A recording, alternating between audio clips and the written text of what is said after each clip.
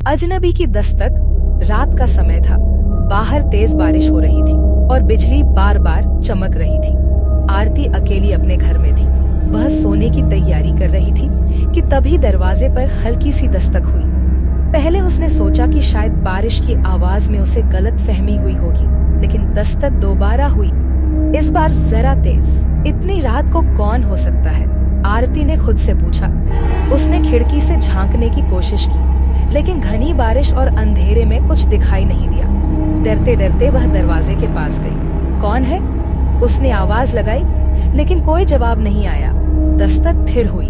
आरती का दिल तेजी से धड़कने लगा। उसने दरवाजे की झिरी से झांक कर देखा। बाहर एक अजनबी खड़ा था, सिर झुका हुआ और पूरा भीगा हुआ।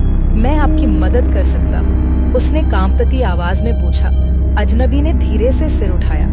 उसकी आंखें अजीब चमक रही थी। बारिश में फंस गया हूँ, अंदर आ सकता हूँ? उसने ठंडी आवाज में कहा। आरती के अंदर कुछ अजीब सा डर जाग गया। मुझे माफ करें, लेकिन मैं किसी अजनबी को अंदर नहीं बुला सकती, उसने जवाब दिया। अचानक बिजली कड़की और अजनबी गायब हो गया। आरती घबराकर पीछे हट गई। उसने तुरंत दरवाजा बंद किया और लॉक कर दिया, लेकिन उसके डर की असली शुरुआत अभी हुई थी।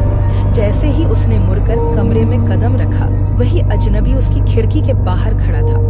उसकी आंखें आरती को घूर रही थी। तुमने मुझे अंदर नहीं बुलाया।